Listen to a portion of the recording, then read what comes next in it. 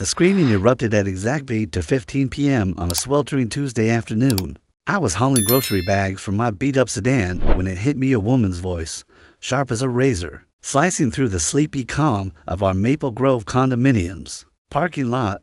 She was bellowing about stolen parking spots, disrespect, and something about knowing her rights. Her voice climbed higher with every syllable, like a siren winding up.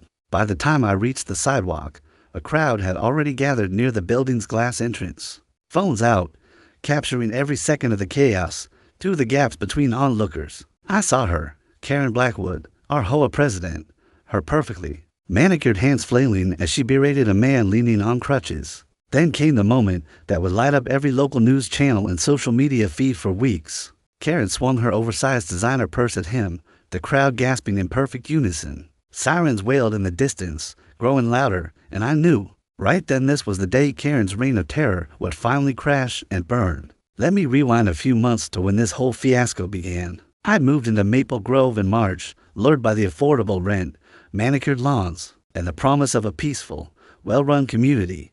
The HOA seemed strict, but reasonable at first, with rules so detailed they bordered on obsessive everything, from the exact height of holiday wreaths to the approved shade of beige for window curtains. The parking lot, though, was the real battleground.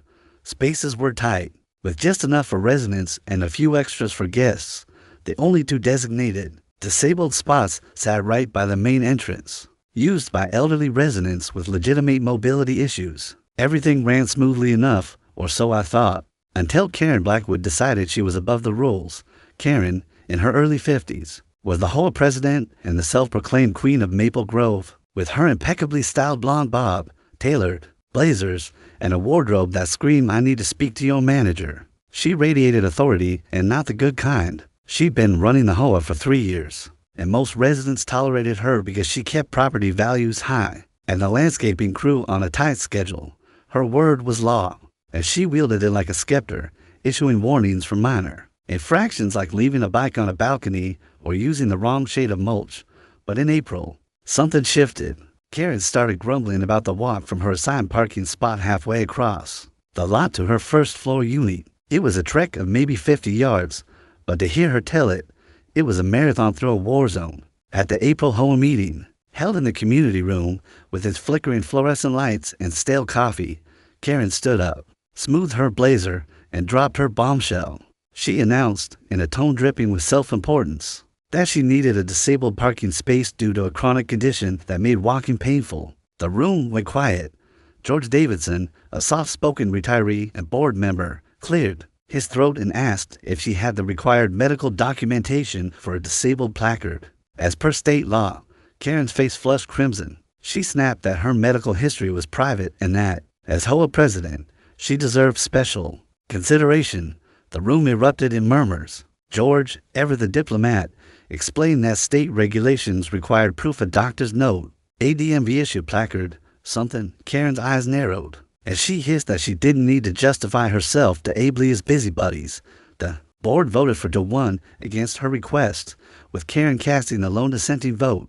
You'd think that would have been the end of it, but Karen wasn't one to back down. The very next morning, I woke up to the sound of spray paint hissing outside my window. There she was, in the parking lot, crouched over the asphalt with a can of blue paint, meticulously crafting her own disabled parking symbol in the spot closest to her unit. She'd even gone to the trouble of laminating a sign that read, "Reserved for HOA President, Medical Needs," which she zip-tied to a metal post she'd hammered into the ground herself. I grabbed my coffee and stepped onto my balcony to watch the show. When Karen noticed me, she straightened up, dusted off her hands, and shot me a glare that could have melted steel. "Mind your business," she barked, "or I'll fine you for harassment." I sipped my coffee and said nothing, but I knew this was just the beginning. Within days, Karen had fully committed to her charade. She started parking in her self-designated spot, emerging from her sleek SUV with an exaggerated limp, clutching her lower back and wincing like she was auditioning for a medical drama. The performance was flawless until it wasn't. One morning, I caught her jogging to the mailbox, moving with the speed and grace of a gazelle. She was halfway there when she spotted me at my window. Instantly, she grabbed her hip, slowed to a shuffle, and resumed her pained grimace. It was almost comical. Like watching a cartoon villain realize they've been caught.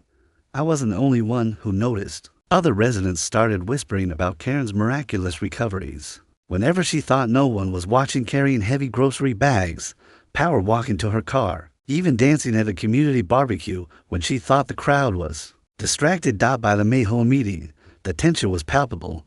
Sandra Chan from Unit 1 to B, a no-nonsense nurse, stood up and called Karen out. She pointed out that the fake disabled spot was eating into her already cramped parking lot, leaving residents circling for spaces. Karen, prepared as ever, launched into a rehearsed monologue about invisible disabilities and accused Sandra of discrimination. She even whipped out a laminated card clearly printed from some sketchy website about hidden chronic conditions. When George asked, again, for medical documentation, Karen's composure cracked. She slammed her fist on the table, called the board a bunch of ableist hypocrites, and stormed out, vowing to file complaints against everyone. Things spiraled from there. Karen escalated her performance, adding a fake disabled placard to her dashboard, a blurry, Photoshop mess that wouldn't fool a toddler. She started patrolling the parking lot with a clipboard, jotting down license plates of anyone who so much as slowed near her precious spot. She tried to find Mike Thompson, a quiet guy from Unit 8, $50 for attempted parking violation when he drove past her space to reach his own. Mike, bewildered, showed the board the grainy photo Karen had taken as evidence. It showed his car mid-turn, clearly not parking. The board sent Karen an official letter, signed by all members except her, ordering her to stop using the unauthorized space or face removal. Karen's response? She doubled down. She showed up to the June meeting leaning on a cane straight out of a costume shop, complete with a gaudy fake ivory handle. She claimed it was a medical necessity and dared anyone to question her. She filed complaints with the city, alleging the HOA was discriminating against her disability. The city dismissed them when she couldn't produce a shred of medical proof. Undeterred, Karen took to social media, posting in local Facebook groups about the toxic ableism at Maple Grove. Her posts backfired spectacularly. Commenters roasted her, pointing out her jogging videos and the shoddy quality of her fake placard. One user wrote, "Karen, the only thing you're disabled by is your ego." The post got 300 likes. The real turning point came on that fateful Tuesday in July, when James Morrison moved into Unit 24. James was a soft-spoken Army veteran in his mid-30s with a slight but unmistakable limp. Unlike Karen's theatrics, his movements were steady, practiced, the kind of efficiency you develop when you've lived with a prosthetic leg for years. His truck bore a Purple Heart license plate frame and a legitimate disabled parking placard hung from his rearview mirror. On his third day at Maple Grove, he returned from the grocery store to find both official disabled spots taken. Spotting Karen's blue-painted space near the entrance, he assumed it was legit and parked there. It was an honest mistake, one that would blow the lid off Karen's whole operation. I was sipping iced tea on my balcony when Karen spotted James's truck. She burst out of her unit like a hurricane, no limp in sight, and charged toward his vehicle. She pounded on his driver's side window, her face a mask of fury. James, calm as a lake, rolled down the window and said he'd move if she needed the spot, assuming she had a placard to. That was like pouring gasoline on a bonfire. Karen unleashed a tirade, screaming that he had no right to question her disability and demanding he vacate her space immediately. James, still polite, pointed to his placard and explained he was a disabled veteran. He even gestured to his Purple Heart frame, as if to say, "This is who I am." What happened next still makes my stomach churn. Karen laughed a cruel, mocking cackle and said she'd seen plenty of people fake military service for benefits. She accused him of buying his placard online and sneered that real disabled people don't need to advertise with tacky license plates. James's jaw tightened, but he stayed composed. He said he'd move if she showed her own placard. Karen's face went from red to a shade I can only describe as volcanic. She yanked out her phone, started recording, and shrieked about harassment and stolen valor, accusing James of the very fraud she was committing.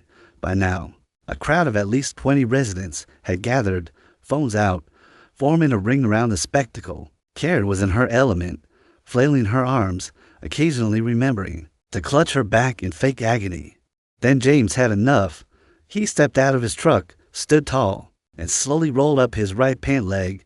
The crowd fell silent. Where his leg should have been below the knee was a sleek, state-of-the-art prosthetic the kind issued by the VA to wounded warriors. The metal gleamed in the afternoon sun, and the weight of the moment hit everyone like a freight train. Someone gasped, "Oh my God." Another voice muttered, "Karen, you should be ashamed." For a fleeting moment, Karen's facade cracked. Her eyes widened. Her mouth gaped like a fish out of water. But then, unbelievably, she doubled down. Pointing at the prosthetic, she shrieked that anyone can buy realistic props online these days. The crowd groaned in disbelief. James didn't flinch. In a voice steady as steel, he said he lost his leg to an IED in Afghanistan and didn't need to prove anything to her. He reached for his truck door, clearly intending to leave and avoid further conflict, but Karen couldn't let it go. She grabbed his shoulder, spun him around, and screamed that he was disrespecting her authority as HOA president. When James gently removed her hand, she lost it completely. She swung her purse at his head, its gold chain glinting as it arched through the air. James deflected it with his crutch, but Karen came at him again, this time trying to yank the crutch away. She screamed that she'd have him arrested for assault, even as she was the one attacking him. James backed away, hands raised, repeating that he didn't want trouble. That's when the crowd stepped in. I and for others Sandra, Mike, and a couple from Uni 15 formed a human wall between James and Karen. The sirens I'd heard earlier were now deafening, and the police cruisers screeched into the lot. Someone had called 911 when the second Karen got physical. Officers Patricia Williams and Tom Carter stepped out, scanning the scene. A crowd with phones, a red-faced woman waving a fake placard, and a man on crutches looking drained but composed. Officer Williams, who dealt with Karen's nonsense before, sounded like she'd just been assigned jury duty. Karen ran to the officers, words spilling out in a frantic blur. She claimed James had assaulted her, stolen her spot, and was impersonating a veteran. She demanded his immediate arrest, waving her Photoshop placard like it was a badge of honor. Officer Williams raised a hand to stop the verbal onslaught. She turned to the crowd and asked if anyone had video. Every single hand went up. After reviewing footage from 3 different phones, Williams' face hardened. She turned to Karen and said, in a tone that could freeze lava, that she was looking at clear evidence of assault, filing a false police report, and fraud. Karen tried to interrupt, but Williams wasn't having it. She pointed out that the parking space wasn't legally designated, the placard was a fake, and Karen had attacked a decorated veteran. Williams then asked James if he wanted to press charges. James looked at Karen, who'd gone pale as a ghost, her bravado finally crumbling. He said, quietly but firmly, that he just wanted to live in peace, but yes, he pressed charges because Karen needed to face consequences. Williams nodded, pulled out her handcuffs, and read Karen her Miranda rights. Karen's shriek of, "You can't arrest me, I'm the HOA president," echoed across the lot as the cuffs clicked shut. As they led her to the cruiser, she ranted about lawsuits, discrimination, and her reputation. Williams informed her she was being charged with assault, harassment, filing a false report, and fraud related to the fake placard, which carried a fine of up to $5,000 and possible jail time. The last thing I heard as the cruiser door slammed was Karen demanding her lawyer, her voice cracking with desperation. The fallout was swift and glorious. Within hours, videos of the incident flooded social media, racking up thousands of views. Local news ran the story that evening with the headline, HOA president arrested for attacking disabled veteran. The Maple Grove Emergency Board meeting the next night was packed, with residents spilling into the hallway. Karen was unanimously voted out as HOA president. Effective immediately, her fake parking space was painted over within 48 hours, the blue symbol vanishing under a layer of fresh asphalt. 3 months later, Karen's court date arrived. She pleaded guilty to assault and fraud to avoid jail. But the judge wasn't feeling lenient. She was sentenced to 200 hours of community service at the local Veterans Affairs Hospital. A poetic twist that had the courtroom smirking. She was also ordered to pay James $5,000 in damages, plus his legal fees, and a $3,000 fine for the fake placard. When the judge read the sentence, Karen sobbed, her carefully curated image shattered.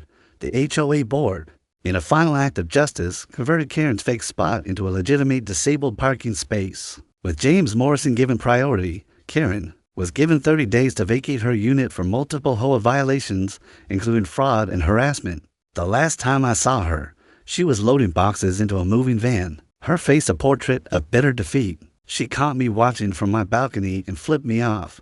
I raised my coffee mug in a mock toast, grinning as she climbed into the van. It felt like the perfect curtain call for the Karen Blackwood saga. James now parks in that spot every day, his truck a quiet reminder that justice sometimes does win.